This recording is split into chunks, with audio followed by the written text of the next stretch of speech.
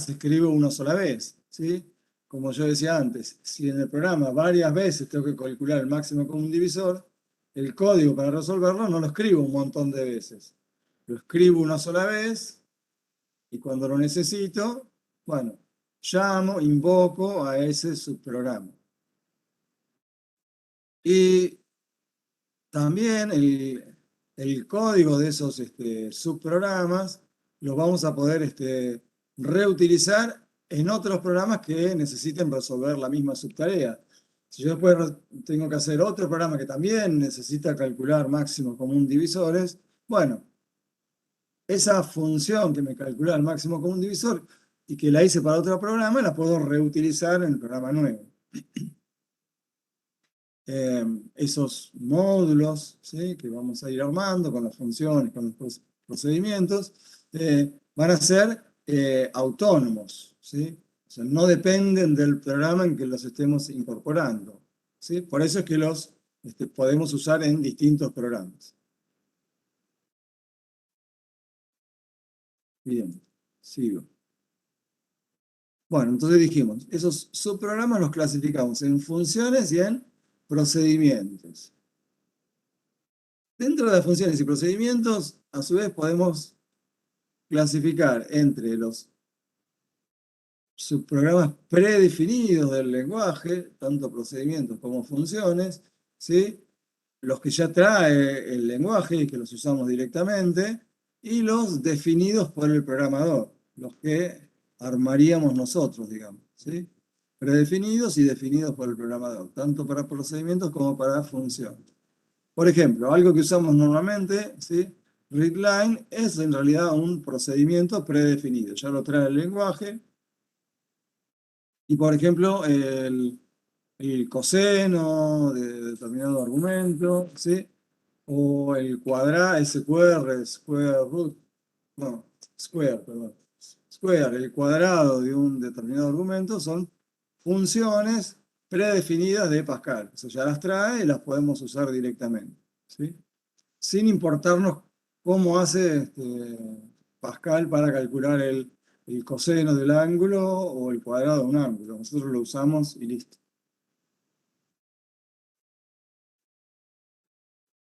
Otros ejemplos de esos subprogramas, ¿sí?, ya sea funciones o procedimientos predefinidos que ya tiene el lenguaje Pascal, son, por ejemplo, largo, ¿sí?, clear screen, ¿sí?, es un CLR, SSR, que es la abreviatura de Clear, limpiar, Screen, pantalla, ¿sí?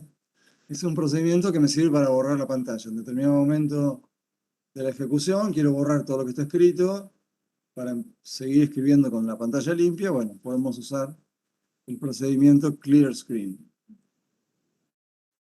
WriteLine también es un procedimiento, ¿sí?, ustedes ya lo usan, que nos permite escribir en pantalla, bueno, los argumentos que pongamos entre paréntesis.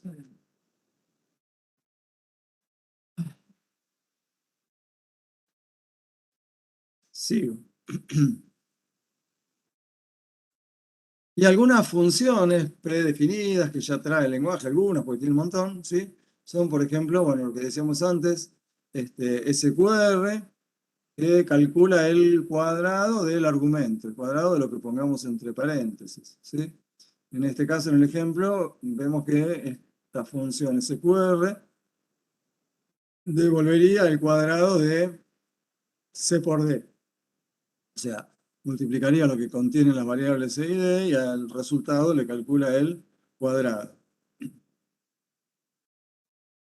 Otra función predefinida es, por ejemplo, la función OR, ¿sí?, que se aplica a argumentos de tipo char, y lo que hace es devolver el código ASCII del argumento, ¿sí?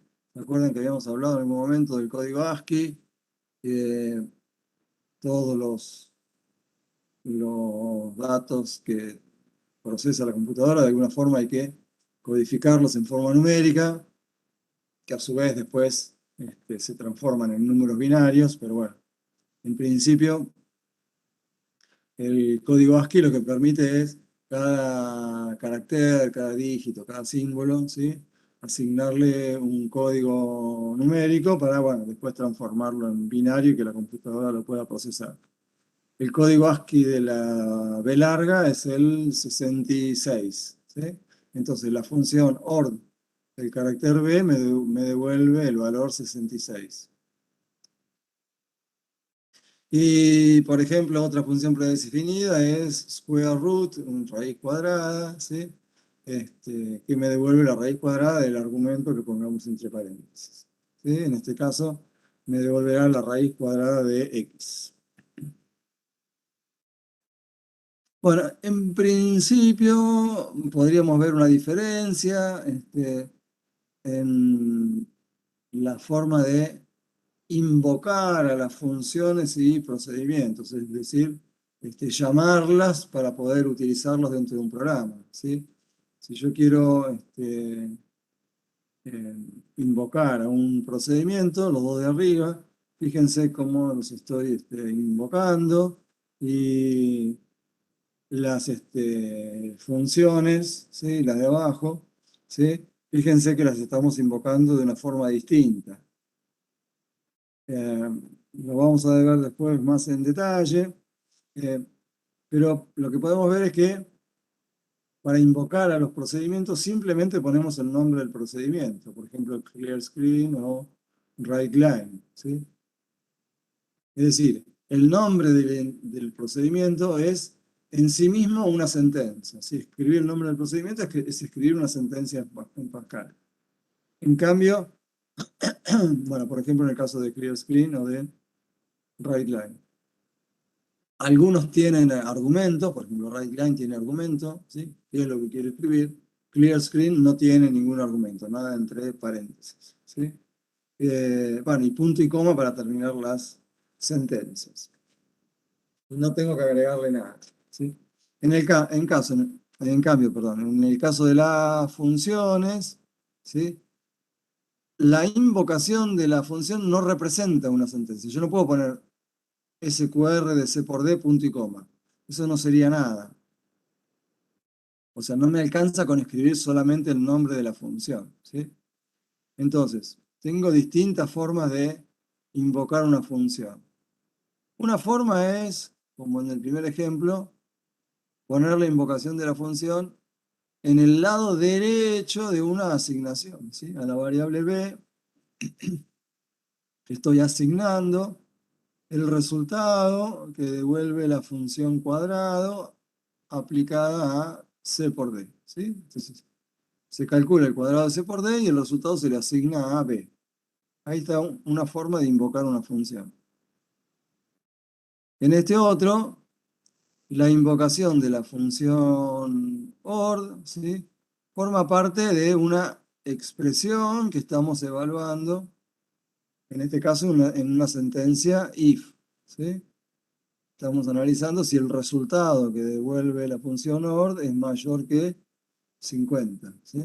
Bueno, en este caso esto me va a dar verdadero. Dijimos que el código ASCII de la B mayúscula es el número 66, que es más grande que 50. Y en el tercer caso, la invocación de la función sqrt, ¿sí? La incluimos, ¿sí? Dentro de una sentencia de escritura, en el argumento de la sentencia de escritura. Le estamos diciendo, escribime el resultado de la raíz cuadrada de x, ¿sí? Bueno, entonces, en la clase de hoy dijimos vamos a comenzar analizando las funciones. Bueno, y la clase que viene nos ocuparemos de los procedimientos. Una, una función es un subprograma, ¿sí? Que resuelve una determinada tarea. Esa función va a recibir ciertos datos de entrada, ¿sí? Los datos que necesite para procesar y con eso llegar a resolver la tarea, ¿sí? Esos datos que recibe los vamos a llamar parámetros, y esos datos de entrada se los manda normalmente el programa principal, ¿sí? En algún caso se los podrá estar mandando algún otro subprograma. El caso más general es que se los mande el programa principal. Y finalmente la función va a devolver o retornar un resultado al programa o al subprograma que la haya invocado, ¿sí? Ese resultado es el valor que devuelve la función. Estaba tratando de entrar alguien. ¿Sí? Entonces, la función es un subprograma que resuelve determinada tarea, recibe ciertos datos de entrada, los procesa y obtiene un resultado que le devuelve al programa principal. Una función siempre va a devolver un único resultado, ¿sí? Un solo valor. Bueno, y veamos cómo declaramos una función dentro de un programa. Bueno, en un programa, después del encabezamiento, ¿sí? Program y el identificador que le pongamos, ¿sí? Tenemos algunas secciones que ya habíamos visto. La sección uses, después en algún momento la usaremos. Las otras que hemos usado son las secciones de definición de constantes, de declaración de tipos y declaración de variables, ¿sí? Y después de todo esto, ¿sí? A continuación de la declaración de variables, sigue la sección de declaración de funciones y de procedimientos también, ¿sí? Por ahora vamos a ver sobre las funciones, pero bueno, en esta parte declaramos las funciones y los procedimientos, ¿sí? Acá en esta sección es donde vamos a escribir, como yo estuve diciendo antes, y vamos a escribir una sola vez el código de la función que después podemos invocarla varias veces, ¿sí? Por ejemplo, como yo decía, voy a tener que hacer varias veces el máximo común divisor. Entonces acá, en esta sección, declaro cómo es esa función que calcula el máximo común divisor. Dentro del programa, después voy a llamar e invocar esa función la cantidad de veces que necesite.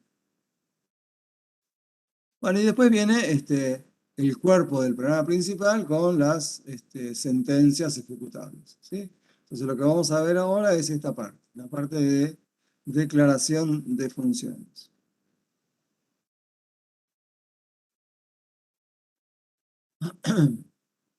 Bueno, entonces vamos a ver en detalle cómo hacemos para declarar una función y después cómo la invocamos, ¿sí? Y para eso pensemos perdón, en el siguiente ejemplo. Ya está.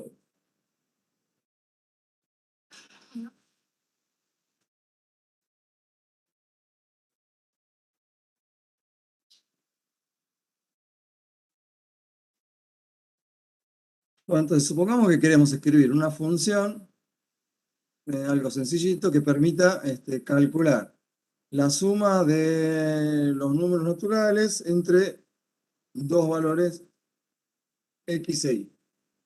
A ver, supongamos que...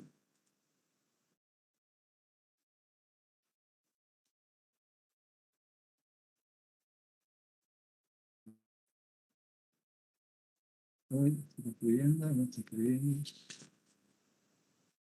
Dame un segundo que no enchufé la tableta.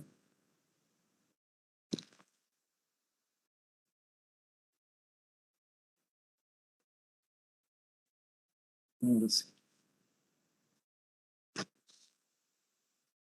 Entonces, supongamos que queremos hallar la suma de los números naturales entre dos límites x e y.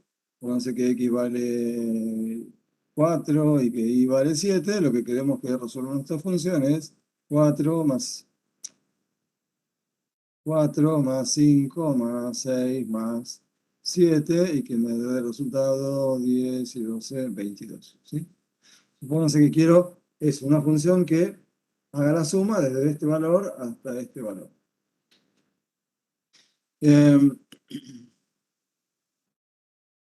Entonces,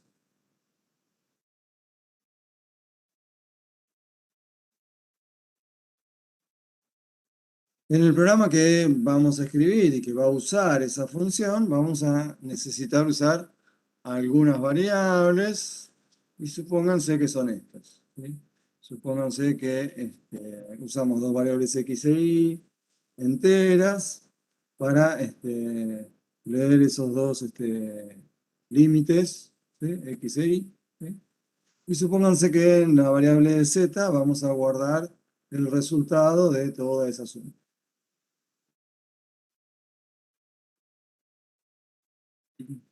Bueno, eh, puede haber otras variables que necesitemos, supongamos que por ahora vamos a usar esa, ¿sí?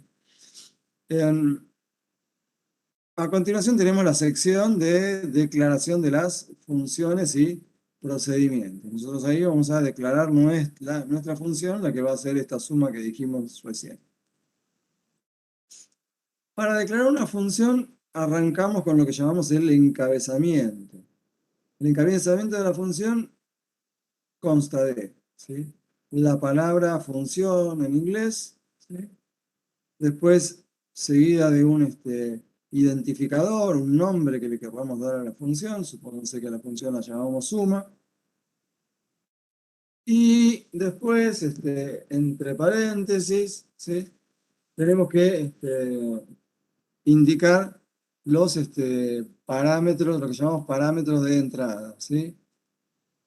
A y B, en este caso, serán los parámetros de entrada.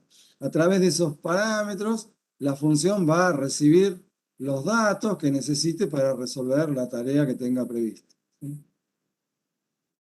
Esos parámetros de entrada de la función los llamamos parámetros formales, ¿sí? Y son una serie de variables de determinado tipo, ¿sí? Cuya función es establecer la comunicación entre la función y el programa que está llamando a la función, ¿sí? A través de esos parámetros, el programa le manda a la función los datos de entrada que la función necesita, ¿sí? En este caso, ¿qué va a necesitar? Los límites, ¿sí? El valor de x y el valor de y, que van a ser de límites de ese intervalo, digamos. Em, entonces, en este caso, bueno, usamos dos variables, dos parámetros que los llamamos A y B, ¿sí? Les podríamos haber puesto cualquier otro nombre y son de tipo entero. Supongamos que son enteros chiquitos, entonces los declaramos de tipo byte, ¿sí? Entonces, a través de ellos se deben recibir los dos números naturales que está indicando la consigna, ¿sí? Y los indicamos igual que en la declaración de variables del programa, ¿sí? Separados por una coma, ¿sí? Y el tipo correspondiente después de dos puntos. Si necesitáramos otros parámetros de otro tipo, ¿sí? Separaríamos con punto y coma, igual que en un programa, ¿sí? Igual que acá, que en la declaración de variables, pondría punto y coma, ¿sí? Y el próximo parámetro con el tipo correspondiente. Bueno, y finalmente, a continuación, después de cerrar el paréntesis de los parámetros, tenemos dos puntos y un tipo, ¿sí? Que va a ser el tipo de la función, el tipo de valor o de resultado que va a devolver nuestra función. La función sumaba todos los naturales que había desde A hasta B, en este caso, ¿sí? Y entonces me va a devolver otro entero. Bueno, A y B por ahí eran chiquitos, pero la suma desde A hasta B podía ser un valor grande, por eso, bueno, a la función le damos como tipo word, ¿sí? Para que pueda devolver enteros más grandes.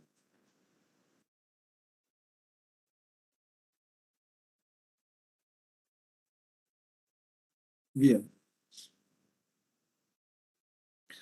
A continuación, dentro de la declaración de función, sigue una declaración de variables, ¿sí?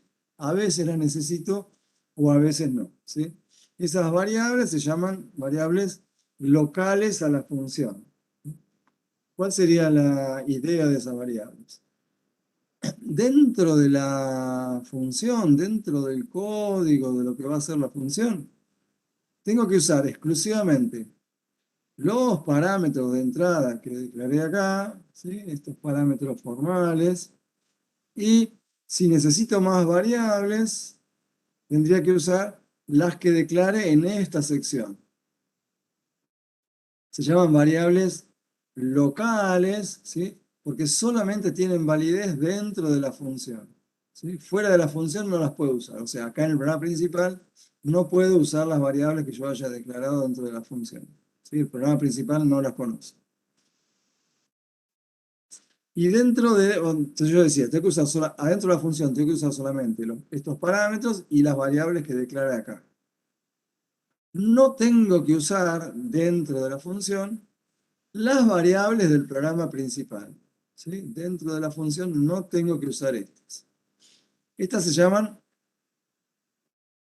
variables de alcance global, porque en realidad, si yo quisiera, las puedo usar en cualquier lugar del programa. Es decir, estas variables normalmente las uso, las declaro para usar acá, en el cuerpo del programa principal.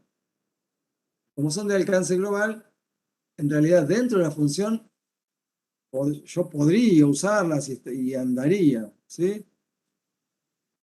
Pero una buena estrategia de programación es no usarla dentro de los subprogramas, ¿sí? ¿Por cuáles motivos?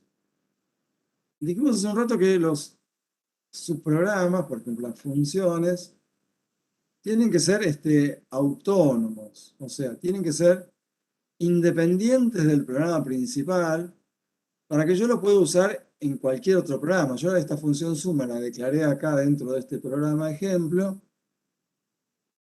A ver, Tommy dice, si en una función creamos una variable que se llame i, podemos crear una variable de alcance global en el programa. Sí, dame un segundo que termino con esto y te contesto lo que me estás diciendo. Eh, Decía que los subprogramas tienen que ser autónomos, o sea, tienen que ser independientes del programa principal para que yo lo pueda después reusar esta función en otro programa. Entonces, si yo acá usara una variable global, ¿sí? La variable x la uso acá adentro, cuando yo la función suma la quiero usar en otro programa, el otro programa también tendría que tener declarada una variable x global para que mi función suma ande en el otro programa, ¿sí? La función suma no sería autónoma, dependería de que el programa principal tenga declarada esa variable x, ¿sí? Por eso no me conviene. Pero por otro lado, además de eso, si yo dentro de la función uso estas variables de alcance global, podría generar lo que llamamos efectos colaterales en el programa. Porque si yo acá adentro uso las variables x e y, cuando se terminó la función y se sigue ejecutando el resto del programa, las variables x e y me quedaron modificadas y entonces me puede afectar al desarrollo siguiente del programa. O sea, me generaría lo que llamamos efectos colaterales. Por eso tratemos de que no. Eh, entonces, ¿qué variables locales a la función declaré? Declaré una función entera para ir acumulando la suma que tengo que ir haciendo. Y bueno, acá tengo una variable i que seguramente usaré para algún ciclo. Bien, y ahora le contesto. Me olvidé quién era el que me estaba hablando. Dame un segundo.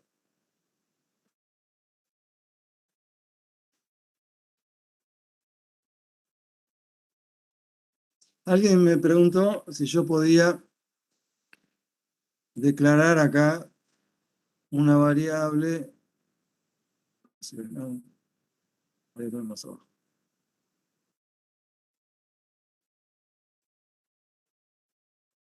A ver, y la voy a declarar de otro tipo y todo. Me preguntaban si yo dentro de la función tengo una variable que se llama i, si en el programa principal puedo declarar otra variable i, ¿sí? Ya sea del mismo tipo o de distinto tipo. Si yo tengo una variable de alcance global y después dentro de la función declaro una local con el mismo nombre, cuando yo esté adentro de la función, va a valer esta. O sea, la que tiene validez es esta. ¿Sí? Y cuando yo esté en el programa principal, si uso la variable i, la que estoy usando es esta otra. Y serían dos distintas. ¿Sí? Le contesté, no sé quién me había preguntado. Tommy era. Bueno, listo. Bueno, saquemos ahí. Sigamos.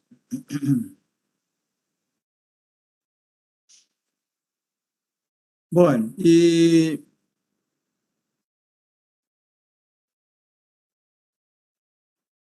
lo que nos faltaría hacer sería lo que llamamos el cuerpo de la función, las sentencias ejecutables de la función, para calcular lo que la función necesita calcular. ¿Sí? Bien. Eh, ¿Cuáles serían las sentencias? ¿Cómo arranco el código de la función? ¿Sí? Si queremos sumar los enteros que hay desde A hasta B, Con un ciclo for. ¿cómo arrancamos? Las variables que puedo usar son los parámetros A y B y la variable local I y el acumulador. Alguien me parece que habló ahí en el chat. Con un for que vaya de i igual a hasta b y sumamos los i que van pasando y los sumamos en un Alguien que me contador. ayude a armar la función. Necesito el código, ¿sí? Correspondiente. Es un pedacito de programa igual que si fuera el programa principal. Tengo la variable accum, donde voy a ir acumulando la suma. Esta variable que seguramente será para un variable de control de un for, ¿sí? Y A y B son los límites inferior y superior de los números que quiero sumar. Profe, ¿te puedo hacer una pregunta? Lautaro dice con un for, profe, creo que no. ¿Yo los tengo muteados? Ah, a ver. Eh,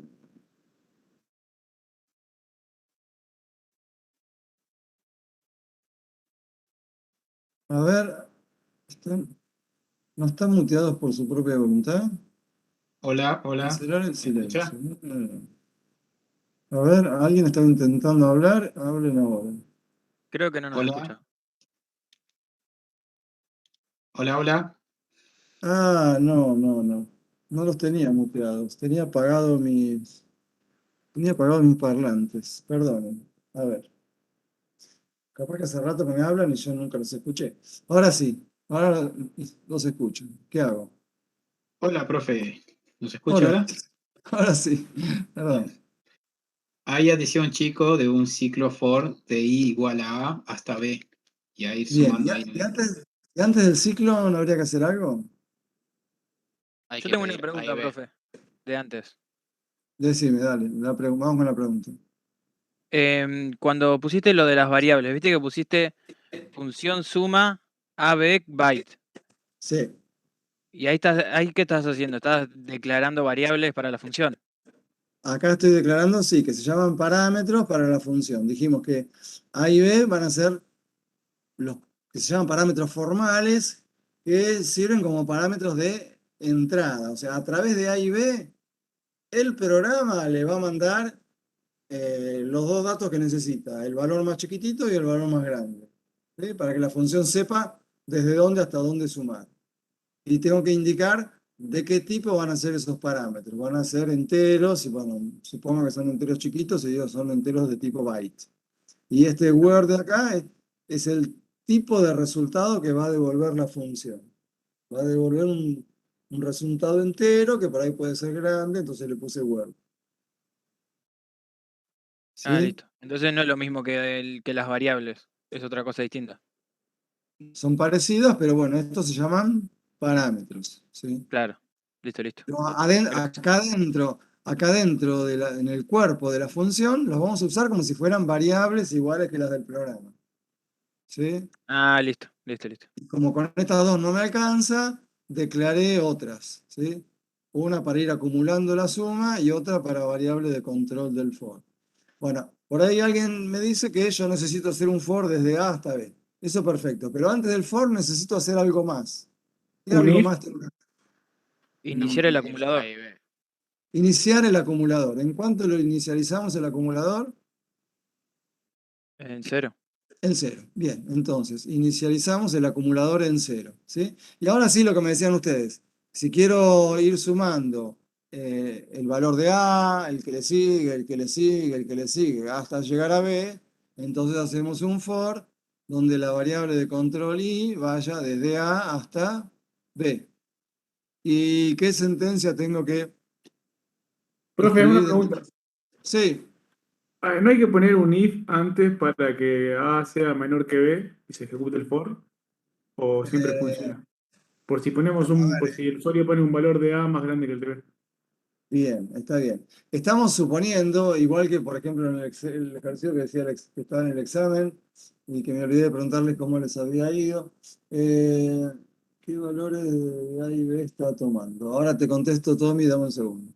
Eh, Estamos suponiendo que el usuario va a ingresar bien los valores y que no hace falta validar los datos, ¿sí? Obviamente, si el valor de A fuera más grande que el valor de B, no haría nada, no se ejecutaría nunca el for. Vamos a suponer que están bien ingresados, o bueno, o de últimas el resultado será 0, porque no se podía sumar nada.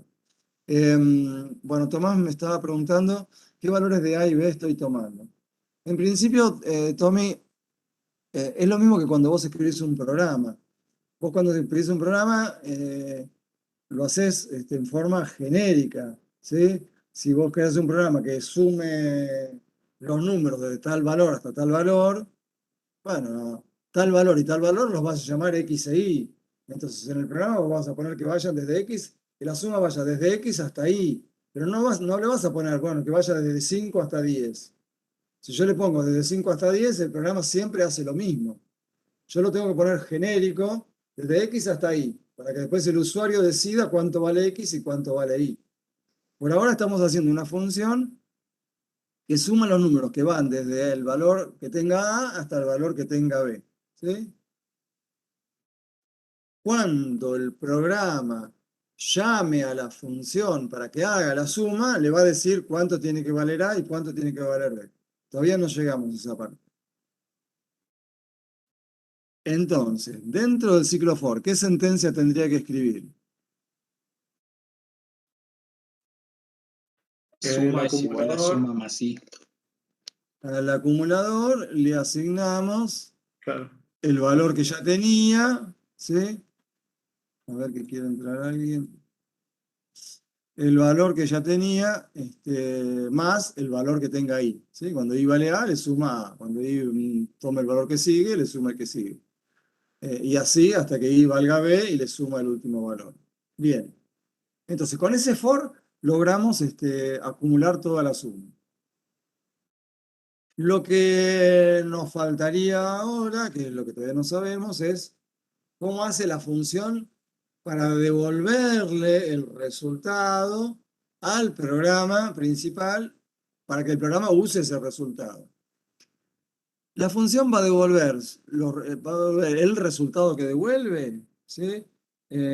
A través de su identificador, a través de su nombre.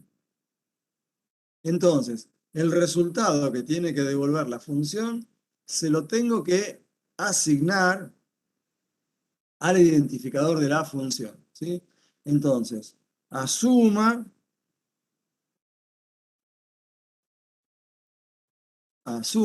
tengo que asignarle el resultado que acumulé. ¿Dónde lo tengo el resultado que acumulé? En la variable acum. Eso se lo asigno al identificador de la función, ¿sí? De esa forma, el resultado puede pasar al programa principal. ¿Me siguen hasta ahí? Sí, profe. Sí, profe. En general, dentro del cuerpo de la función, esta parte que yo puse acá en verde, no para este caso, porque no tiene sentido, pero para otros casos, puedo hacer distintas asignaciones en el identificador de la función, ¿sí? Pero el valor que va a devolver la función va a ser lo último que se haya asignado al identificador, ¿sí? Bueno, acá es lo último y lo único, ¿sí? A suma le asigné a cum. Pero si yo previamente a suma le hubiera asignado otras cosas, lo que se va a devolver al programa principal como resultado de la función es lo último que tenga asignado, ¿sí? Suma. ¿Sí? ¿Se entiende eso?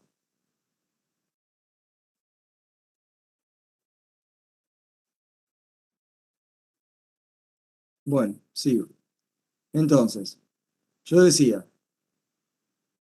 la función entonces recibe datos de entrada a través de los parámetros, ¿sí? Va a recibir datos a través de A y B, y el resultado, ¿sí? Del cálculo que hace la función lo va a devolver a través de su identificador, a través de esto, ¿sí? Entonces, si los datos de entrada los recibe a través de los parámetros y el resultado lo va a devolver a través del identificador, ¿sí? En las funciones, ¿sí? No tengo que usar sentencias de lectura ni sentencias de escritura. Las funciones no tienen que leer ni escribir. O sea, dentro de las funciones nunca vamos a poner ni readline para leer, ni writeline para escribir, ¿sí? No leo los datos me llegan a través de los parámetros y no escribo los resultados. El resultado sale de la función a través del identificador, ¿sí? Dato importante, por ahí los errores que cometen en los exámenes de dentro de la función es usar readline o writeline. Bien. Lo que podemos ver en la declaración de una función, que la forma, ¿sí? Es prácticamente igual a la forma de un programa, ¿sí? ¿Qué parte sería distinta al desarrollo de un programa? A la estructura de un programa. Es todo lo mismo. Tengo declaración de variables. Entre begin y end tengo las sentencias ejecutables, ¿sí? ¿Qué parte tiene distinto a la estructura de un programa? Que el end no termina un punto. Bueno, sí, está bien. Algo más significativo. El end no termina en punto porque, bueno, porque a continuación sigue otra parte. Pero, ¿qué más? A ver, no sé qué más me habían escrito porque el chat se me fue. Eh,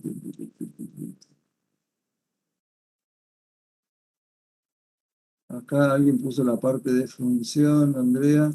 No sé qué se refiere si es a esto. A ver, la otra parte que tiene distinto es en el encabezamiento de un programa ponemos simplemente la palabra program y el identificador del programa. Y acá, bueno, en vez de program pongo función, está el identificador, pero después entre paréntesis pongo los parámetros, ¿sí? Y el tipo de resultado que devuelve, ¿sí? Toda esta parte en los programas no lo ponemos, ¿sí? Bueno, y además de que en vez de program ponemos función, ¿sí?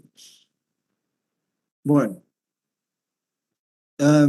Una vez que finalizamos la declaración de la función, tenemos que armar el cuerpo del programa principal, ¿sí?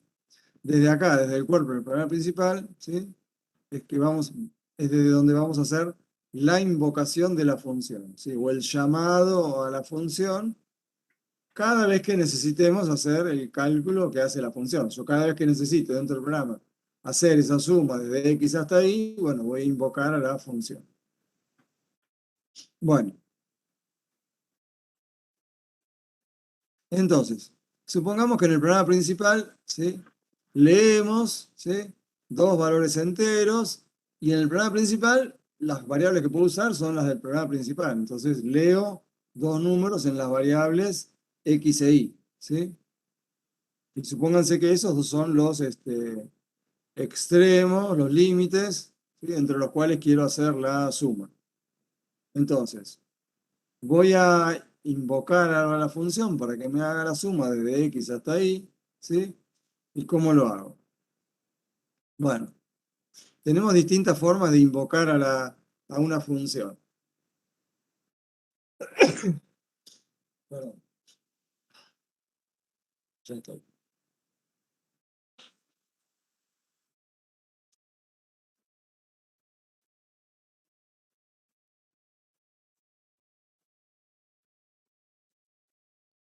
Bueno, tenemos distintas formas de invocar a la función, decía. Bueno, habíamos comentado hace un rato que la invocación, el llamado a una función, no representa en sí mismo una sentencia. No puedo poner directamente suma x, y, ¿sí? Una de las formas es incluir la invocación de la función, ¿sí?, dentro de una sentencia writeLine, por ejemplo. Entonces acá lo que estoy diciendo es, escribime el resultado que te dé la función suma, ¿sí? A la función suma dijimos que teníamos que mandarle los datos de entrada que necesita, ¿sí? Y eso lo hacemos a través de lo que llamamos parámetros actuales, ¿sí? O sea, entre paréntesis, así como acá teníamos los parámetros formales, acá vamos a tener lo que llamamos parámetros actuales. En este caso, los datos que le tengo que mandar a la función son los valores de x e y que acabo de leer, ¿sí? Entonces, acá los parámetros actuales son las variables x e y del programa principal, en donde acabamos de leer dos valores enteros. Los parámetros actuales los indicamos entre paréntesis, igual que esto, pero ¿qué diferencia notan acá en los actuales respecto de acá de los formales? ¿Qué es lo que no ponemos acá? A y B. Bueno, sí, en vez de, dentro de la función, los parámetros los llamé A y B. Los datos que le voy a mandar son los que tengo leídos en las variables x e y, entonces le mando x e y. Pero además de que los nombres son distintos. ¿Qué otra cosa está distinta? ¿Que no pones el tipo de la variable? ¿Puede ser? Exactamente eso. En la declaración de la función pongo los parámetros y digo de qué tipo son. Cuando invocamos a la función, le paso los parámetros actuales, ¿sí? Pero no digo el tipo, ¿sí? Esa sería una forma de invocar a la función. Otra forma de invocar una función podría ser, como ya habíamos comentado hace un rato, ¿sí? Incluyéndola en el lado derecho de una asignación, ¿sí?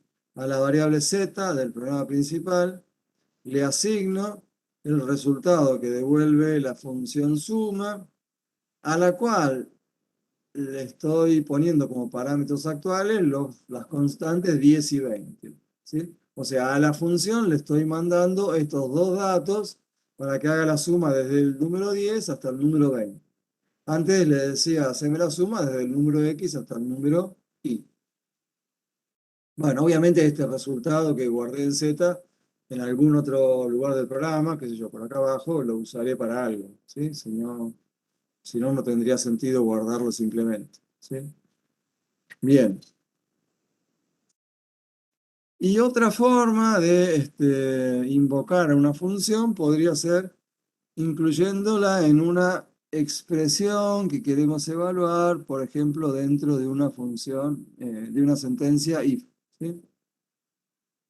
Si el resultado de la función suma, a la que le paso estos dos datos, x más 1 y 2 por y, es mayor que 100, entonces, bueno, ejecuta tal cosa. En este caso, los parámetros actuales los que le estoy enviando a la función como datos de entrada, son dos expresiones que involucran a x e y, ¿sí? O sea, acá sería el valor de x, el valor que yo leí en x más 1, y acá el otro parámetro sería el valor que leí en y multiplicado por 2. Entonces, ¿cómo pueden ser los parámetros actuales cuando invocamos a la función? Pueden ser variables, que tienen que ser variables del programa principal. Pueden ser constantes, como en este caso. O pueden ser expresiones que involucren constantes y variables, como usamos en este último caso. ¿Sí? Entonces, acá tengo un ejemplo donde dentro del programa principal invoqué 3 veces a la función. 3 veces hice suma desde un valor hasta otro. ¿Sí? Con lo que veníamos haciendo antes, si yo no sé el tema de funciones, todo esto que puse acá lo tendría que repetir 3 veces dentro del programa principal. En cambio, lo declaro una vez solo, la función suma, y dentro del programa principal hago una suma, hago otra suma, hago otra suma. ¿Sí? ¿Me siguen hasta ahí? Bueno, supongo que sí. Profe, Sí. digamos que lo de crearlo de funciones sería siempre para valores que vamos a darle después de crear la función. Siempre sería como para valores A y B o valores que yo, X, Y, pero nunca le vamos a dar valores dentro de la función. Eh, y como poder se podría, pero lo lógico, lo general es hacerlo de esta forma. Hacer que Claro, una función sea genérica, que sume desde un valor A hasta un valor B, para que vos la puedas usar después, para que la puedas usar para sumar de 5 a 10, o sumar de 1 a 100, o sumar de 2 a 80, qué sé yo. Para que vos la puedas usar en distintos momentos con distintos datos de entrada. ¿Sí? claro, sí. Pero eso es igual que los programas los haces en forma genérica, ¿sí?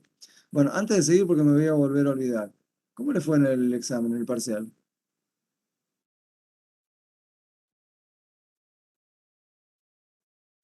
Silencio. ¿Fue fácil? ¿Fue difícil? No tanto, me pareció más que todo un poco larga. Escribías y la hora pasaba y pasaba. Bueno, pero a ver, ay, me fui el diablo. Una cosa es lo largo que pueda haber escrito alguno de ustedes el programa, y otra cosa es lo largo que debía ser si lo escribía relativamente bien. O sea, sí, yo en realidad empecé a corregir, corregí un examen solo. Eh, y el primer ejercicio le ocupaba, creo que era una chica, le ocupaba 2 carillas, ¿sí? Enteras, con los renglones bastante apretados. Y bueno, yo lo tengo resuelto en, no sé, en 40 líneas. En la compu, qué sé yo. O sea, mi programa,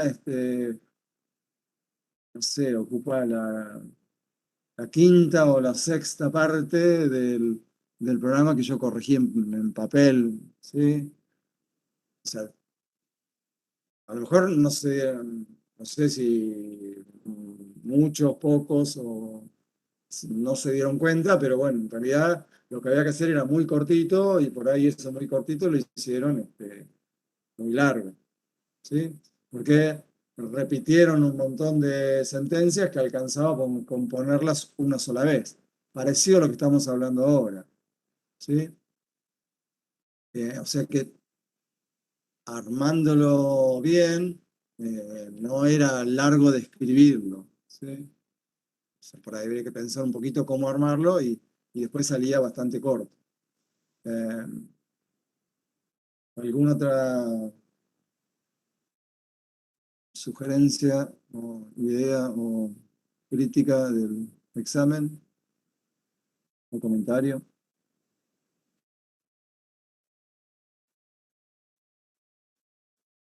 No. Capaz que cómo armar el cuadrado perfecto.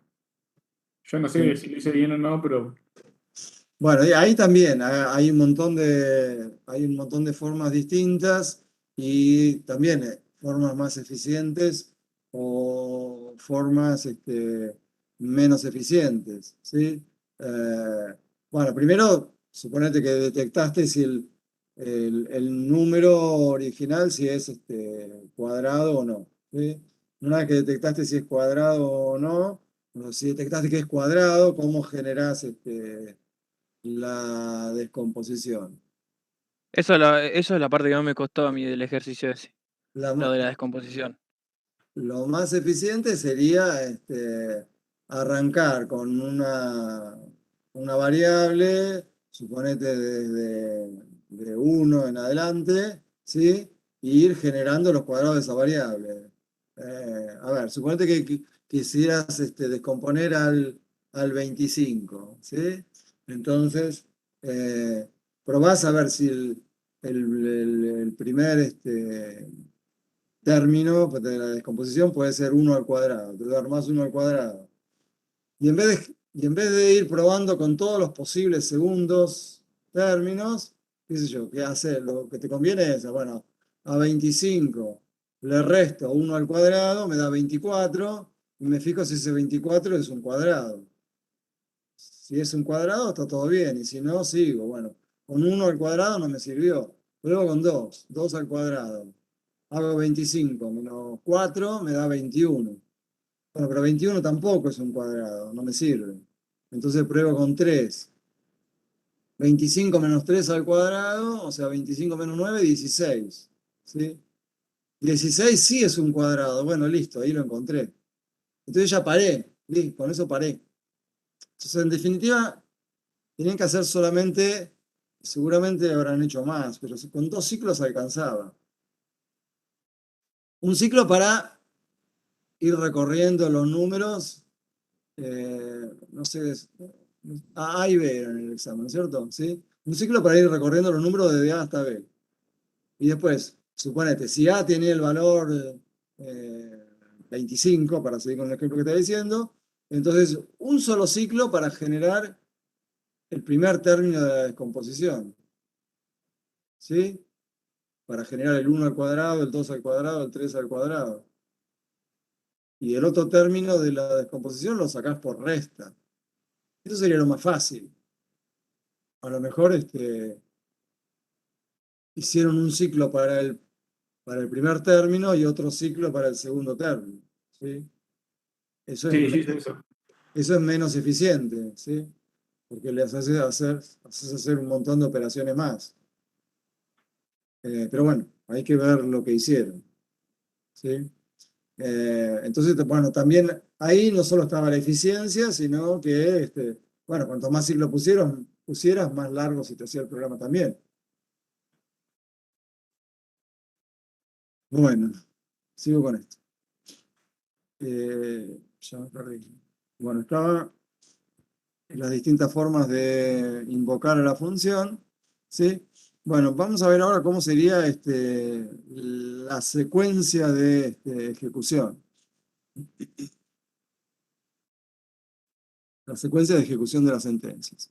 Bueno, entonces supónganse que tengo armado, ¿sí? El programa principal que tiene una declaración de una función y dentro del cuerpo de la función se invoca varias veces, dentro del cuerpo del programa principal se invoca varias veces a la función sum, ¿sí?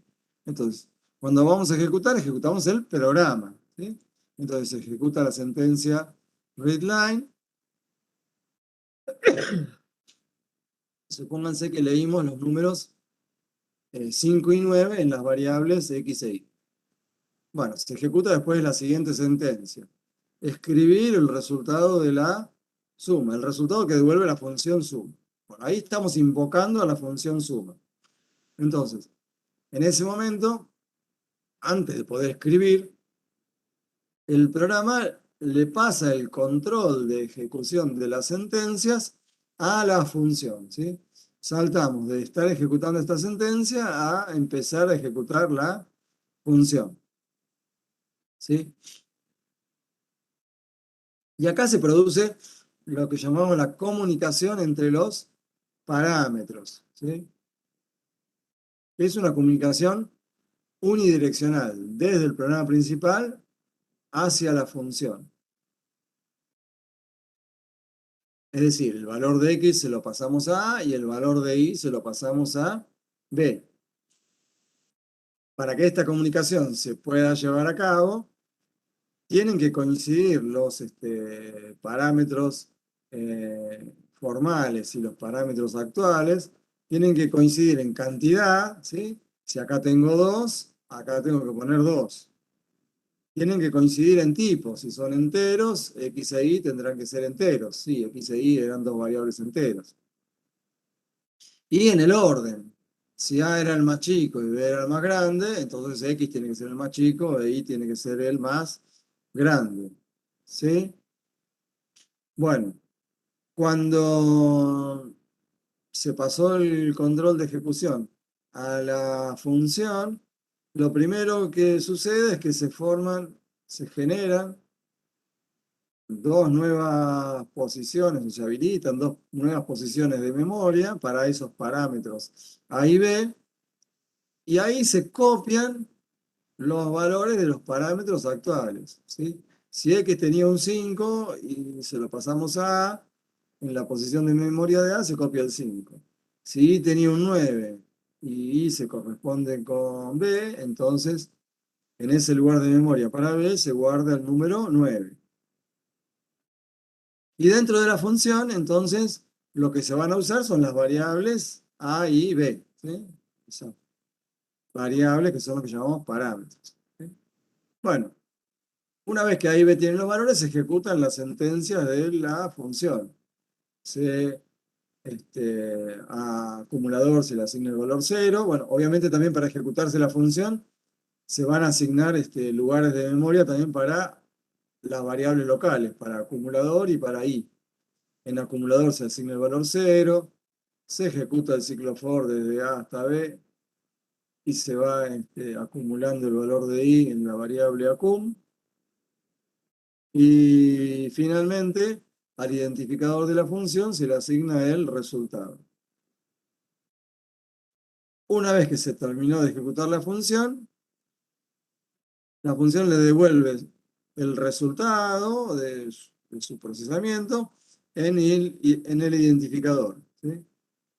¿Y a quién se lo devuelve? Bueno, en este caso se lo devolvió a la sentencia WriteLine para que la sentencia WriteLine pudiera escribir el resultado y se pasa el control de la ejecución del programa a la siguiente sentencia, ¿sí?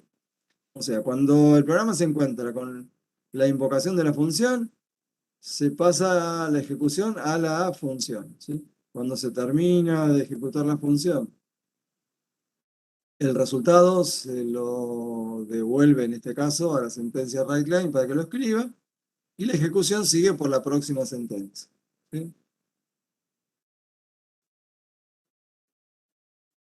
En el momento que salimos de la función, se liberan las posiciones de memoria de estos parámetros, ¿sí? También se va a liberar las posiciones de memoria que se estuvieron usando para I y para acumulador, ¿sí? Y acumulador, al salir de la función, ya no existen más. Bueno, entonces, se ejecuta la próxima sentencia, donde tenemos una nueva invocación de la función, ¿sí? Se trata de asignarle a la variable z el resultado de la función suma. Bueno, otra vez entonces se pasa el control a la función, ¿sí? Se hace el pasaje de parámetros. A y B, en este caso, reciben estos valores constantes 10 y 20. Se generan otra vez los lugares de memoria para A y para B, ¿sí? Tomando los valores 10 y 20 que se le pasaron acá. Y se ejecutan las sentencias de la función. Se inicializa el acumulador, se hace el for para ir acumulando, se asigna el resultado, ¿sí? Y se devuelve finalmente ese resultado, ¿sí?, al programa principal para asignárselo a la variable z. Y la ejecución, ¿sí? Cuando se termina la función, pasa a la siguiente sentencia del programa principal. Bueno, en este caso en particular, en esa próxima sentencia hay una nueva invocación a la función suma, ¿sí? El programa tiene que evaluar esta expresión, si la suma es mayor que 100, para ver si ejecuta la sentencia del if o no. Pero bueno, entonces primero tiene que resolver la función suma. Entonces, otra vez se pasa el control de ejecución a la función, se hace el pasaje de parámetros, se le manda el valor que corresponde a x más 1, o sea que qué valor se le está mandando a A para este ejemplo que estamos planteando.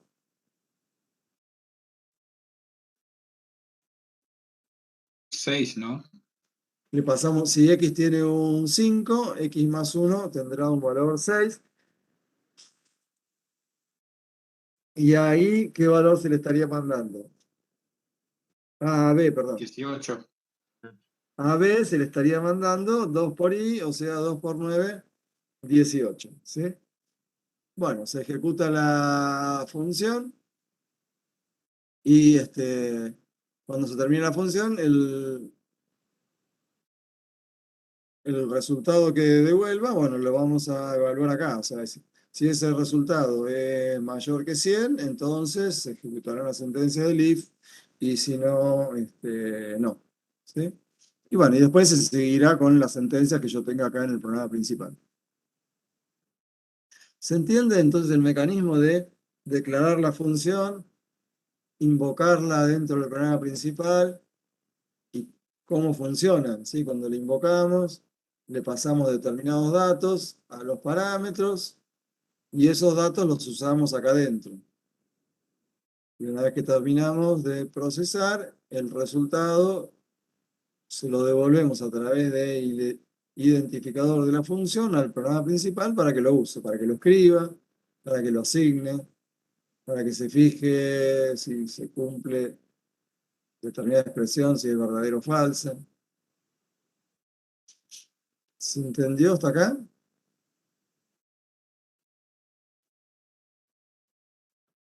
Sí, profe. Ok, bien. Veamos un ejemplo muy sencillo de función. Solamente la función sin armar todo el programa. Y se crea una función que devuelva el valor máximo entre dos valores reales. Bueno, a ver, ¿cómo sería? Yo lo tengo escrito ahí a la izquierda, pero si hacemos solamente la declaración de la función, ¿sí? ¿Qué parámetros tendría que tener la función? Si quiero que me devuelva el valor máximo entre dos valores reales.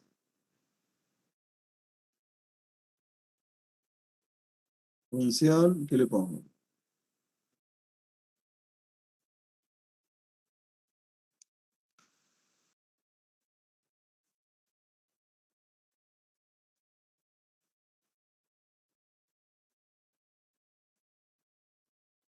Vuelvo para atrás, ¿sí? Función, declaración de la función. Función, el identificador que le ponga y los datos de entrada que tiene que recibir la función, ¿sí? Para eso indico los parámetros que llamamos parámetros formales. La función suma necesitaba recibir el valor inferior y el valor superior del intervalo, ¿sí? Y iba a devolver un resultado entero en este caso. Bien. Si yo quiero una función que me devuelva el valor máximo entre dos valores reales, ¿cuáles son los datos de entrada que necesita recibir? A y B reales sería. Ahí me olvidé el nombre, ¿no? Función máxima, ¿sí? Función máxima. Bueno, A y B, los nombres que quieran, de tipo real. Y después dos puntos y el tipo de resultado que tiene que devolver la función. ¿Qué tipo le pongo acá? Acá, ¿qué tipo pongo? En real. también va a devolver el real. Si va a devolver el valor máximo a dos valores reales, bueno, me va a devolver A o me va a devolver B, que son reales. O sea que el resultado que va a devolver va a ser real. A ver, una aclaración.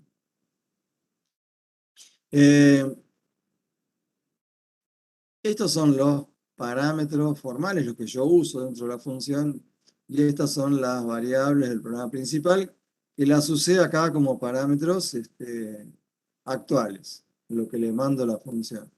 Yo puse nombres distintos, estos se llaman X e Y, que son las que uso en el programa principal, y dentro de la función tengo estos que se llaman A y B, con otros distintos nombres. Yo podría, si quiero, ¿sí? Si me resulta más fácil, llamarlos a los parámetros estos, también podría llamarlos X e Y. Si yo los llamo X e Y, acá dentro de la función, lo que valen son los X e Y que tengo acá. ¿Sí? Y en el programa principal, las X e Y serán las variables del programa principal. ¿Sí? Por más que yo le ponga nombres iguales, ¿sí? Cuando se invoca la función, ¿sí? Supónganse, estas X e Y en las variables del programa principal. Cuando yo invoqué a la función, ¿sí? Y acá en vez de poner A y B puse X e Y, bueno, se van a generar otros dos lugares de memoria, en vez de para A y para B, para X e Y parámetros de la función. Y estos X e Y de acá copiarán los valores de estos X e Y de acá. ¿Sí? Estos seguirán siendo las X e Y del programa principal y estas serán las X e Y de la función. ¿Sí? Siempre igual van a ser variables distintas, aunque tengan el mismo nombre. Adentro de la función valen las que están declaradas acá, en el programa principal valen las variables que están declaradas acá. ¿Sí? ¿Se entiende eso? Sigo con esto. Vuelvo por acá. Acá, además de los parámetros de entrada, para poder escribir lo que hace la función, yo necesité además declarar otras variables, y acumulador, ¿sí? Porque acá adentro necesitaba, además de A y B, una variable de donde ir acumulando y otra para variable de control del for.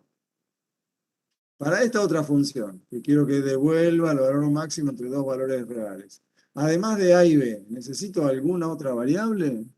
Una variable y una variable máxima. El resultado, acordate que el resultado, la función lo va a devolver a través de su identificador. O sea que el máximo me lo va a devolver a través del nombre de la función. Y acá yo necesité una variable i porque tenía que hacer un ciclo for. Pero en este caso, Claro, con un if ya puede estar. Sí. claro, con un if me alcanza. Tengo que comparar los valores de A y B para ver cuál es el más grande.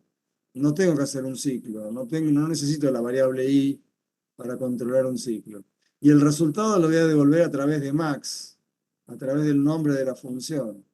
O sea que no necesito ninguna función. Entonces, no hago una declaración de variables locales a la función como acá, porque no lo necesito. ¿Sí? Entonces, simplemente entre begin y end, ¿sí? ¿Qué voy a hacer? Me dijiste que haga un if. ¿If qué? Si A es mayor que B, Si A es mayor que B, ten entonces B dos puntos, debe B igual dos puntos igual a o no. no. O sea, yo quiero que la función me devuelva el valor más grande entre A y B. Dijimos que la función va a devolver el resultado a través de quién. En ese caso sería que el Ah, el máximo. máximo, claro, el max. A través de su nombre, de su identificador. Entonces, si A es más grande que B, Max es igual a. max le asigno Claro, el valor de. el valor de A. Y si no, a max le asigno el valor de B. Y listo. Y se terminó la función. Lo único que hace es comparar A con B. Si A es más grande, le asigna A, si no, le asigna B, ¿sí? Si fueran iguales, le asigna B, y bueno, y es lo mismo, porque si son iguales, el máximo en cualquiera de los dos. Bien, entonces eso se supone que es lo que tengo escrito acá. Función, bueno, lo llamé máximo, dos parámetros A y B de tipo real y devuelve un real, ¿sí? Y entre beginning y end, si A es más grande que B, entonces a máximo le asigno A, y si no, a máximo le asigno B, ¿sí? El punto y coma que yo puse acá, antes del end, es indistinto ponerlo o no ponerlo, acá no está puesto. Bien. Vamos a un ejemplo más complejo, ¿sí? Escribir un programa que, dado un número entero positivo, determine si el número es primo, ¿sí? Bien. A ver. ¿Se acuerdan los números primos? ¿Cuáles son? Que son divisibles solo por uno y por sí mismo, creo. Bien. O sea que ¿cuántos divisores tienen? 2. Dos. ¿Sí? Si consideramos los negativos también, bueno, serían 4, pero considerando los divisores positivos, son los que tienen dos divisores, ¿sí? Eh, el 1, por ejemplo, no sería primo porque tiene un divisor solo. Bien. Entonces, queremos escribir un programa, llamémoslo primo, que tiene que decidir si un número entero, obviamente un número que ingresemos por teclado, si es primo o no. En el programa principal, ¿qué variable o variables voy a necesitar?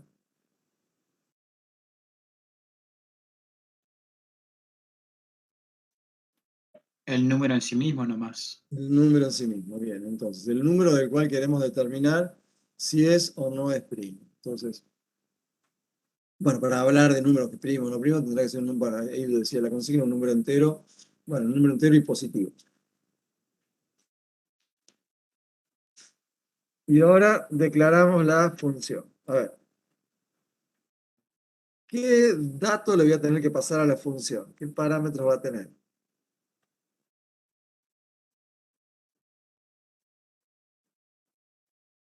¿Qué dato de entrada le tengo que mandar a la función? La función tendrá que decidir si el número es primo o no. Avisárselo Una, al so- programa principal para que el programa me informe. una sola variable tiene, ¿no? Un solo parámetro que sería quién. Un solo parámetro. Que sería quién. El número en sí mismo. El número en sí mismo, ¿sí? Que también va a ser de tipo Entero. entero, ¿sí?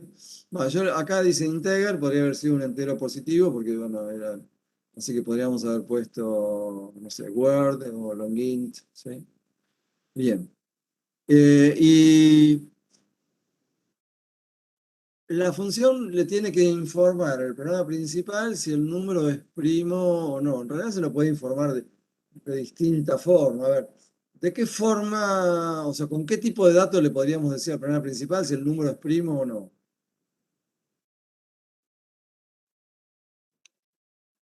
Boolean.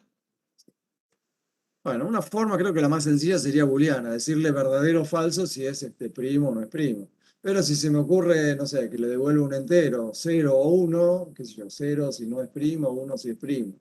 O que le devuelva un char S o N para decir si es primo o no es primo. O que le devuelva una string con sí o con no. Pero bueno, lo más fácil sería que devuelva un booleano, ¿sí? Pero bueno, no sería única. O sea, podría haber distintas opciones. Entonces, la función la llamamos esprimo, ¿sí? Como ustedes me dijeron, tiene un único parámetro que sería el número que queremos analizar.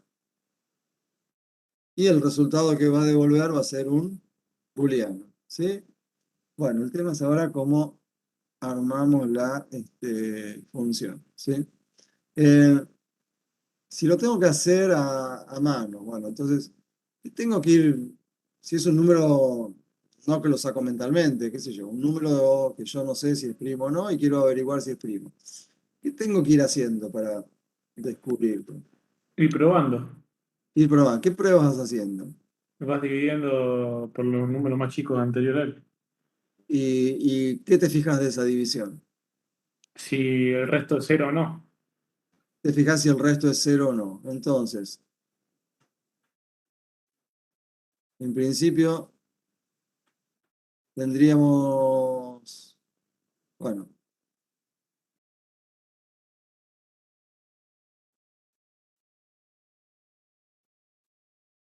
el parámetro de este número, donde a la función le llegaría el número que quiere analizar, ¿sí? Y tengo que ir dividiéndolos por, bueno, cuando decís los números más chicos, ¿a partir de cuál? ¿Por cuál empezás a probar? Iría generando divisores, ¿a partir de cuál? A partir del 1. ¿A partir de él? A partir Del del uno 1. dijeron. Bueno, ahí me están diciendo a partir del 1, no sé si alguien dijo otra cosa porque se superpuso, pero si yo divido por 1, yo sé que siempre me va a dar exacto, o sea que Sí. no tiene mucho sentido empezar con el 1 porque eso ya lo sé y en realidad no me preocupa que sea divisible por 1. Ah, claro, empezamos por 2 porque uno es trivial. Claro, entonces empezamos por el 2, porque por 1 todos me van a dar que sí. Entonces vamos a empezar con dividir por 2, ¿sí? Y me dijeron que lo que lo que vamos a ir mirando es el resto de la división, ¿no es cierto? Entonces, qué sé yo, supónganse que yo quiero probar si el 15 es un número primo. Entonces, lo divido por 2, eso me da 7 y el resto 1. ¿En qué me fijo para saber si esa división me sirvió para algo o no? Me tengo que fijar en quién. El Que resto. en el resto es distinto de cero. Me fijo en el resto. Como el resto es distinto de 0, bueno, la división, eso me dice que la división no me dio exacta, o sea que el 2 no es divisor. Bien, entonces, bueno, ¿qué hago? Pruebo con el próximo. Pruebo con 3. Eso me da 5 y resto 0. Si ahora el resto me da 0, quiere decir que el 3 es un divisor. Y entonces ya puedo hacer algo. O sea, empecé con el 2, seguí con el 3. ¿Puedo hacer algo? ¿Puedo decidir algo o tengo que seguir? Podría Acumular sumar que por apareció 0 por primera vez. Eh, ¿Y necesito seguir buscando más ceros? No, con eso ya está. Ya sabes que no es primo. Con esto ya está. Si yo encuentro una división que me da exacta, quiere decir que el 15 tiene un divisor que no es ni el 1 ni sí mismo, ¿sí? Entonces, listo, ya puedo asegurar que no es primo, Claro. ¿sí? Entonces, yo tengo que ir generando divisores, ¿sí? Hasta que, por ejemplo, en algún momento el resto me da 0. Si en algún momento el resto me da 0, ya puedo asegurar que no es primo. El tema es si las divisiones me van dando siempre distintas de 0. Por ejemplo, en vez del 10, el 15, pruebo con el 17. Divido por 2 y el resto me da 1. Divido por 3. 3 por 5, 15 y el resto me da 2. Divido por 4, esto me da 4 por 4, 16 y el resto 1. Bueno, si las divisiones no me dan exactas, hasta cuánto sigo probando? Hasta el número -1, ¿o no? Bueno, esa sería una posibilidad, aunque a lo mejor no es muy eficiente porque probablemente esté haciendo un montón de cuentas que ya no necesito. El tema es cómo me doy cuenta hasta dónde tengo que seguir. A ver, pensemos una cosita. Supónganse que el número fuera el 36, aunque sabemos que el 36 tiene un montón de divisores y que no es, ¿no? Pero si ustedes tienen el 36 y quieren analizarlo, ¿sí? Lo empiezan dividiendo por 2. La división por 2, ¿cuánto les da? además de que el resto da 0. Les queda 18, ¿no? Al dividir por 2 me da 18. ¿Sí? Sí. Bien. Eso quiere decir que tanto el 2 como el 18 son divisores. ¿Sí? Si divido por 2 me da 18, si divido por 18 me da 2. Si lo dividiera por 3 me daría 12. Quiere decir que el 3 es divisor y el 12 también. Si lo divido por 4, esto me da 9. El 4 es divisor, pero el 9 también. Si lo divido por 6, me da 6. ¿Sí? Si este es divisor, si el de la izquierda es divisor, bueno, el de la derecha, que en este caso es lo mismo, también es divisor. Entonces, cuando yo vaya probando, ¿sí? Si voy a... Bueno, vamos a poner este que aunque no lo tenga en cuenta, sigue siendo un divisor. Si yo lo divido por 1 me da 36. ¿Sí? Bueno, entonces, si yo voy por orden con los divisores de 2 en adelante, para poder llegar a alguno de estos divisores grandes, previamente pasé por alguno anterior más chico, ¿sí? Antes de llegar a saber que el 18 es divisor, yo llegué a que el 2 era divisor. Y si el 2 es divisor, bueno, automáticamente sé que el 18 también. Antes de llegar a descubrir que el 2 era divisor, descubrí que el 3 era divisor, ¿sí? Y si es divisible por 3, sé que es divisible por 12. Antes de llegar a encontrar el 9, ya previamente encontré el 4. ¿Sí? Lo que quiero decir, para poder encontrar un divisor de los grandes, previamente tuve que encontrar otro de los chiquitos. Entonces, me alcanza con revisar los chiquitos. ¿Sí? Si con los chiquitos no encuentro ningún divisor, tampoco va a existir ninguno grande. Porque para que haya uno grande, previamente tenía que haber uno chiquito antes. ¿Se entiende eso? Sí, profe, ahí puso un chico en el chat. Que cuando Ah, resta 0 ya no tenés que seguir evaluando. sí, pero no, yo me refiero a otra cosa. O sea, ya sé, cuando es resto 0 no tengo que seguir. Pero por ejemplo, el 17 es primo y si yo voy haciendo las divisiones, ¿sí? Nunca me va a dar 0 y voy a tener que seguir. La cosa es hasta cuándo sigo. Sigo hasta dividir por 17, sigo hasta dividir por 16, que fue lo primero que me dijeron ustedes. Entonces yo les quiero mostrar que no hace falta llegar hasta el propio número o hasta uno menos que el propio número. Porque para encontrar un divisor cerca del propio número, previamente tengo que haber encontrado otro más cerquita de 1, tal que la multiplicación de los dos me dé el número en cuestión. Claro, hasta 9 creo que es, ¿no? Sería. Y no, en realidad sería hasta acá, porque si yo divido por 6 ya me da el mismo número y el próximo, más grande de 6, ya me da uno de este lado. ¿Sí? Claro. Y entonces, ¿hasta dónde habría que llegar? El 6, ¿qué es del 36? El cuadrado. Bueno, al revés, el 6 al cuadrado es 36. 36. El 6 sería la raíz cuadrada. O sea, me alcanza con llegar hasta la raíz cuadrada del número. ¿Sí? Por ejemplo, el 37 yo sé que no es El 36 yo sé que no es primo porque bueno, tiene un montón de divisores. Pero si yo probara con el 37, la raíz cuadrada de 37, ¿cuánto da? 6 y pico.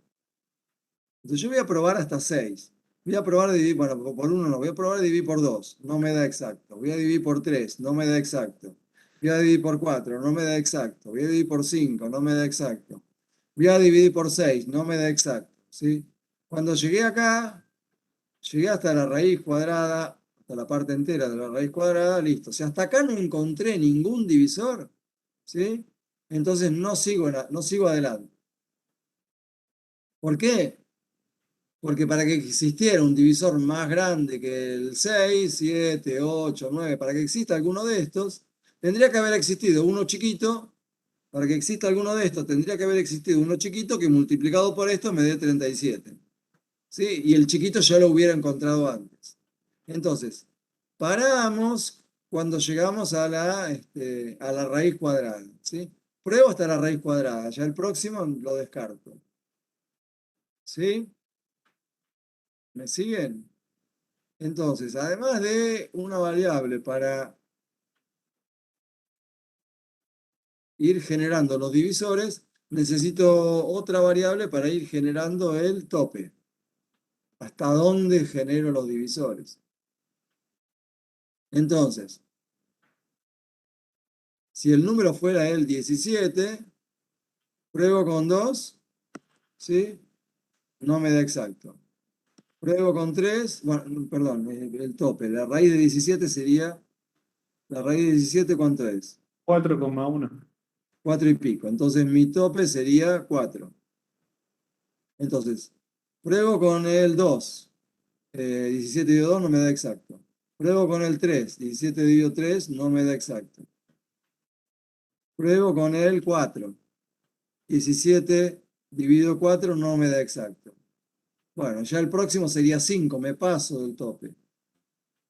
Entonces no tengo que seguir.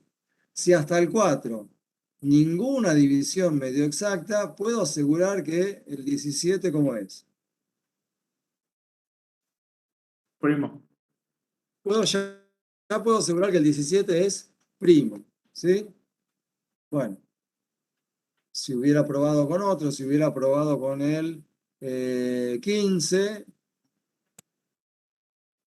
si hubiera probado con si el número fuera el 15, la raíz de 15, ¿qué me da? 3 y pico. Entonces, el tope hubiera sido un 3. Hubiera probado con el 2, ¿sí? No me da exacta. Pruebo con el 3, ahí sí me da exacta, ¿sí? Y entonces, bueno, si una división me dio exacta, listo, ya seguro que no es primo. Entonces, yo tengo que ir generando los divisores hasta cuándo, ¿sí? En algunos casos voy a parar por determinado motivo y en otros casos voy a parar por otro motivo. ¿Cuándo dejo de generar divisores?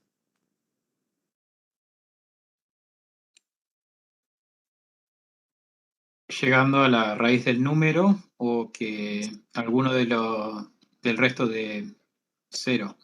Exactamente. O sea, yo voy a parar cuando se produzca la primera de esas dos cosas, ¿sí? Cuando me aparezca una división 0, paro porque ya sé que no es primo. Y si nunca me dan restos 0, ¿sí? Si los restos nunca me dan 0, paro cuando me paso del tope, ¿sí? Dividí por 4. Si lo aumento en 1, me paso del tope, bueno, también paro y ahí digo, sí, es primo, ¿sí? A ver, ¿hay alguien que quiere entrar? ¿Se entiende? Entonces yo voy a ir generando los divisores de 2 en adelante. ¿Y cuándo paro? Paro cuando encuentro alguna división que me da resto 0 y digo no es primo.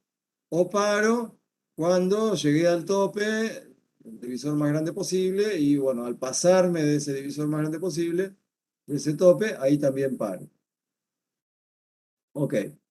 Entonces, vamos a ver cómo sería la función. Que además del número, que ya lo tengo como parámetro, entonces, ¿qué variables necesito agregarle a la función? ¿Qué variables necesito declarar? Y tope. Bueno, yo la llamé D de divisor y tope, ¿sí? D de divisor y tope, ¿sí? Que también van a ser enteros. Ok. ¿Qué variable tengo que inicializar? Tope. Tope. ¿Y qué otra? Si las pongo en el orden que lo tengo. Tope lo tengo que inicializar con la raíz cuadrada del número que yo recibo acá. ¿Y cuál otra tengo que inicializar? Ah, ¿Cuál? ¿y la booleana o no? ¿Cuál? No hay que poner que el número es primo como verdadero para que arranque el programa o algo así. Bueno, vamos a ver que no lo necesitamos, pero podría llegar a ser. ¿Y cuál otra? Me parece que por ahí atrás alguien lo dijo. ¿Qué otra tengo que inicializar? Divisor en 2. El divisor en 2. Bien, entonces, tengo que inicializar el divisor en 2 y el tope en la raíz cuadrada, pero en la parte entera de la raíz cuadrada. Entonces, le saco la raíz cuadrada al número y del resultado de la raíz cuadrada, que me puede dar con decimales, le hago un trunc. ¿Sí? Trunc, tira los decimales, se queda con la parte entera, me devuelve un entero y se lo asigno a tope. ¿Sí? Bien. Y ahora, lo único que tengo que hacer es ir verificando los restos de la división, ¿sí? Los restos de dividir por 2, de dividir por 3, de dividir por 4, de dividir por 5, ¿sí? Y eso lo tengo que hacer mientras pase qué cosa. Ustedes me dijeron, y hacelo mientras el divisor no se pase del tope. O sea, mientras el divisor sea como, con respecto al tope. Menor o igual. Mientras el divisor sea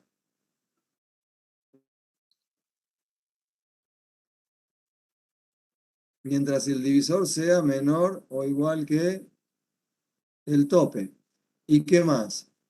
Y que la división no me dé exacta, ¿sí? O sea que el resto de la división sea distinta de 0. El resto de la división entre quién y quién. Entre el número y el divisor. Y D, claro. Entre el número y el divisor. Y el resto de la división lo obtengo con qué función.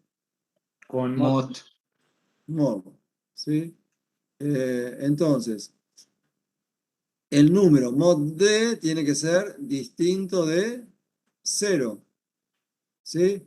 Entonces, mientras no me pase del tope y mientras el resto de la división sea distinto de 0, lo único que tengo que ir haciendo, ¿qué es?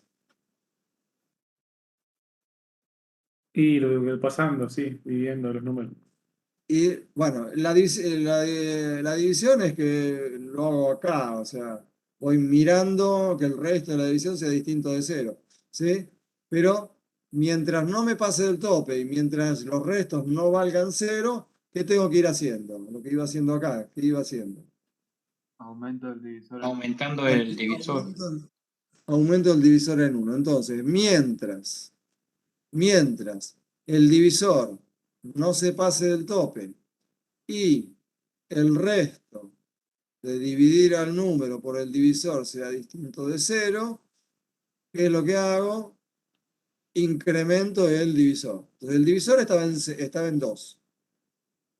Si 2 es menor o igual que el tope y el resto de la división por 2 es distinta de 0, paso el divisor a 3. Si el 3 no se pasa del tope y el resto de dividir por 3 es distinto de 0, paso el divisor a 4. ¿Sí? Si el 4 es menor o igual que el tope y el resto de la división es distinto de 0, paso el divisor a 5. ¿Sí? Bueno, en ¿Se podría algunos verse con un for, profe? se puede, pero no es eficiente. ¿Por qué? ¿Por? Porque si lo haces con un for, lo harías no sé, ¿desde 2 hasta cuánto? Hasta el tope. Lo harías desde el 2 hasta el tope, ¿sí? Pero a lo mejor suponete que lo haces con el 36, o con el 3600, o con el 3.600.000. En cuanto dividas por 2, ya sabes que el número no es primo, ¿no? Y si lo haces con un for, aunque ya sabes que no es primo, le vas a hacer dividir por 2, por 3, por 4, por 5, por 6, por 7, por 8, por 9, por 10. Va a seguir haciendo un montón de divisiones, aunque ya en la primera se dio cuenta que no era primo. Entonces me conviene hacer un while Claro. para que, si la división te da exacta, que salga del while, ¿sí? O sea, acá permanece dentro del while mientras el resto sea distinto de 0. Cuando el resto valga 0, sale del while. ¿Sí? Entonces, va a salir del while, ¿sí? Por dos situaciones distintas. Porque se pasó del tope, ¿sí? O porque la división le dio exacta. ¿Sí? Si logró pasarse del tope, ¿sí? Si fuimos aumentando el divisor y logró pasarse del tope, ¿qué quiere decir? Que el número ¿cómo es? Por ejemplo, en el 17. Es primo, sí. En el 17 el tope era 4, ¿sí? Lo que me quedó acá era para el 15. En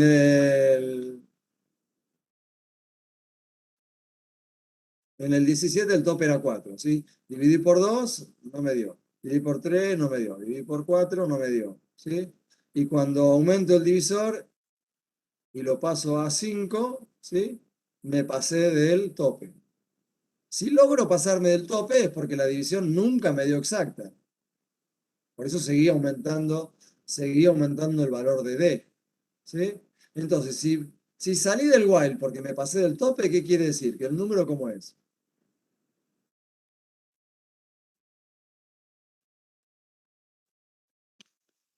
Primo. Primo, ¿sí? Si me pasé del tope es porque seguía aumentando el divisor porque las divisiones nunca me daban exactas. Pues si logré pasarme del tope es porque el número es primo.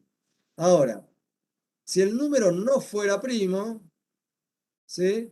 No llegué a pasarme del tope. ¿Por qué? Porque una división me dio exacta, esto no se cumplió y no vine a aumentar el divisor. ¿Sí?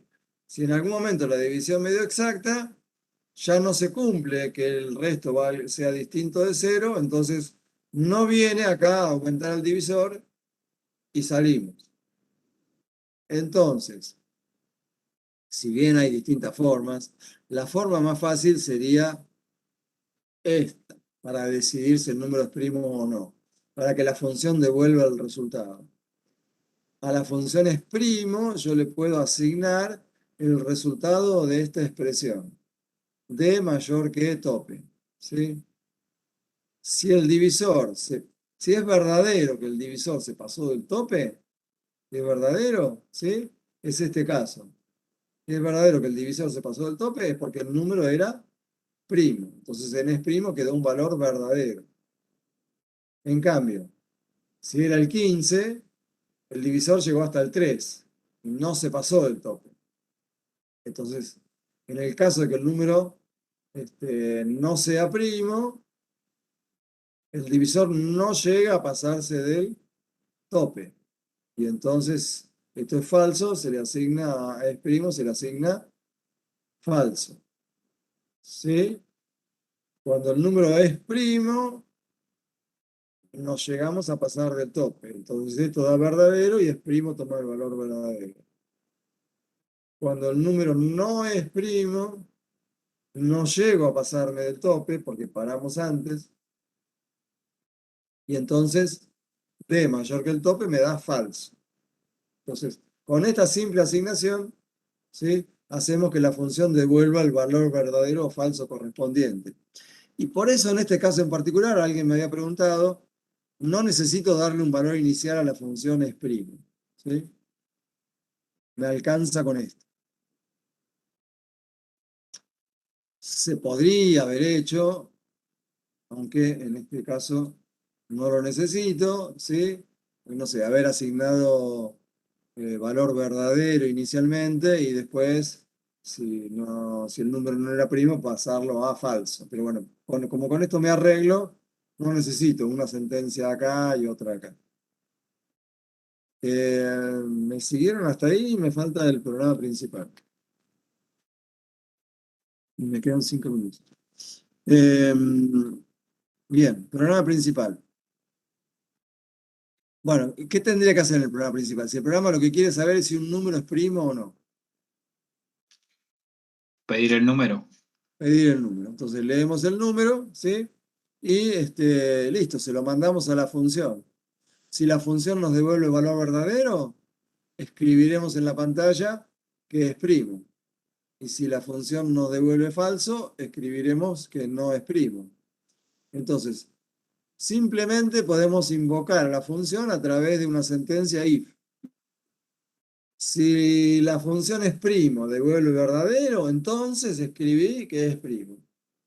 Y si devuelve falso, escribí que no es primo. ¿Sí? Entonces, invocamos a la función de esta forma, le pasamos el número que acabamos de leer, este num, se lo mandamos a número, la función hace el procesamiento y a través del identificador devuelve verdadero o falso. Si devolvió verdadero, escribimos el número num es primo. Y si no, escribimos el número num no es primo.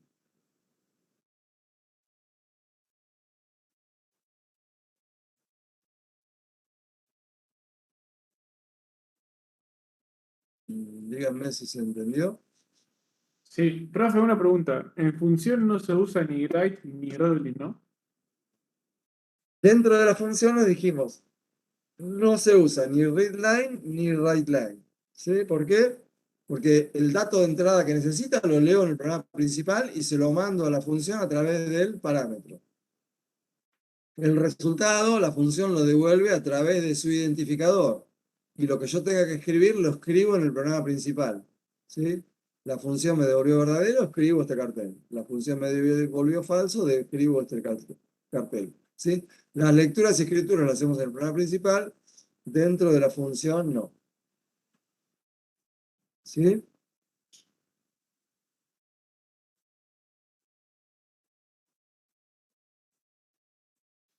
Bueno, dígame si hay alguna duda, pregunta. Yo llegué hasta acá.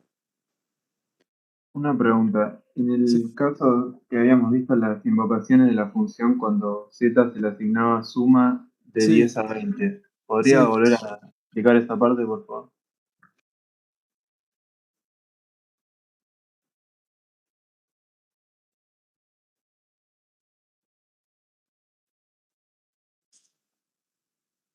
Cuando invocas a la función, ¿sí? Podés pasarle como datos de entrada, ¿sí? Dos variables globales del programa principal, ¿sí? Que previamente las leíste, ¿sí? Pero también podés pasarle constantes, ¿sí? En este caso en particular, yo invoco la función suma y le mando como datos 10 y 20, o sea que a A se le manda el valor 10 y a B se le manda el valor 20.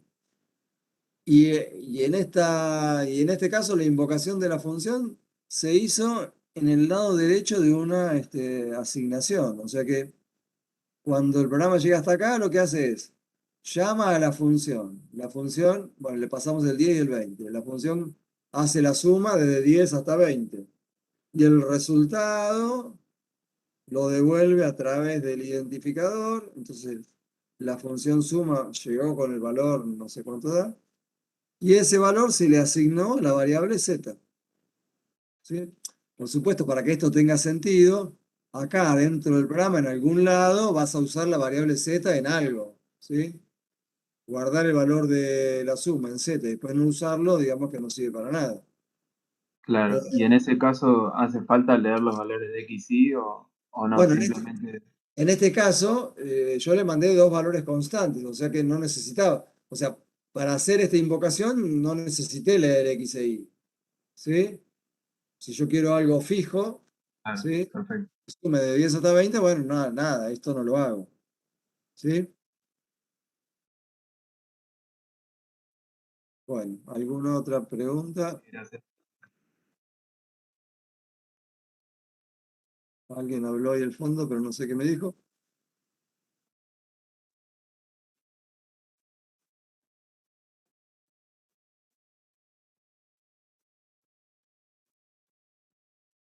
Bueno,